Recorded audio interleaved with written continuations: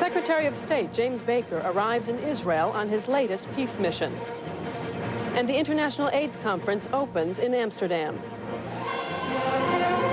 This is the CBS Evening News. Good evening, everyone. I'm Giselle Fernandez, sitting in tonight for Connie Chung. A possible breakthrough toward peace tonight in the Middle East. Secretary of State James Baker opened a new round of negotiations with Israel's Prime Minister Yitzhak Rabin, just hours after his new cabinet agreed to freeze planned settlements in the West Bank. Chief Middle East correspondent Bob Simon reports. It was Baker's 10th visit to Israel, but what a difference from the last 9. He was seeing a new government, a new philosophy, new possibilities.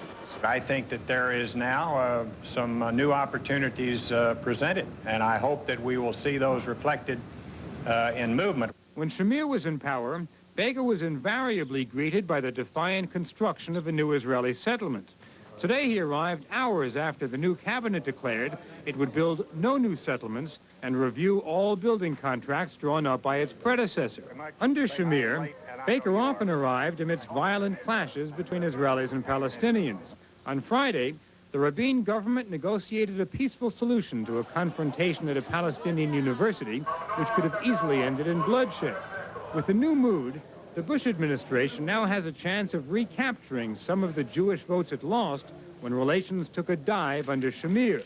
Key to that would be the granting of at least part of the $10 billion worth of loan guarantees. There are new possibilities, I think, as a consequence of the fact that there is a new government here. Palestinians have listened to Rabin promise to accelerate negotiations leading to full autonomy for people on the West Bank and Gaza.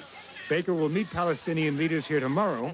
He will find them optimistic, but cautious. Rather than the verbal declarations and changes in attitudes and tone, we are looking for the right steps for the implementation in order to give us some reason to hope.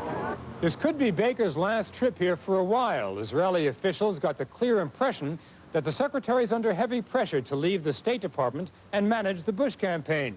Getting relations with Israel and the peace process back on course would be important steps for American diplomacy and Republican politics. Bob Simon, CBS News, Jerusalem.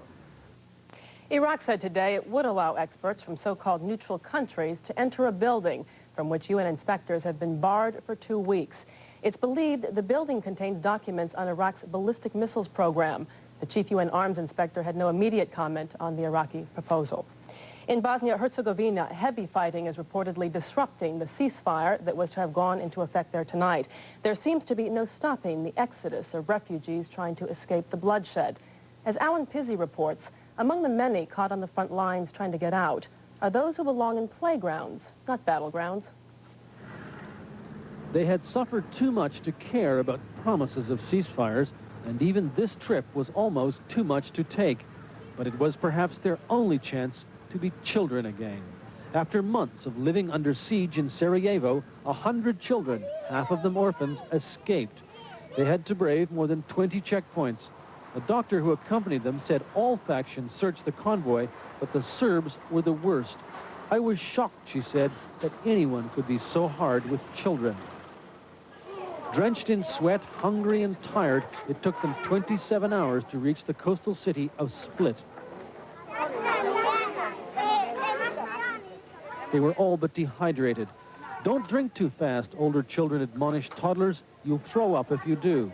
For the last 2 months, the children have spent most of their time underground, hiding in basements to escape shelling. 50 of them, mainly the orphans, are headed for 2 months of sunshine and safety in Italy. 12-year-old Sabina Tatarovich is alone in the world, and her priorities are simple.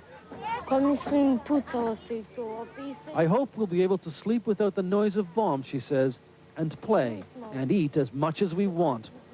The reality that they were safe at last finally struck the children when they saw the military transport plane and met its Italian crew. It must be a nice feeling to be able to do this, though. Yeah. It touches you, you know. It's moving. Uncounted thousands of children are still trapped in the war zones. The effort it took just to get these few out shows how hard it will be to give any of them a chance to be children again if the truce fails. Alan Pizzi, CBS News, Split. The 8th International Conference on AIDS got underway today in Amsterdam, the biggest ever held, with more than 10,000 people attending. Health correspondent Edie Magnus is there.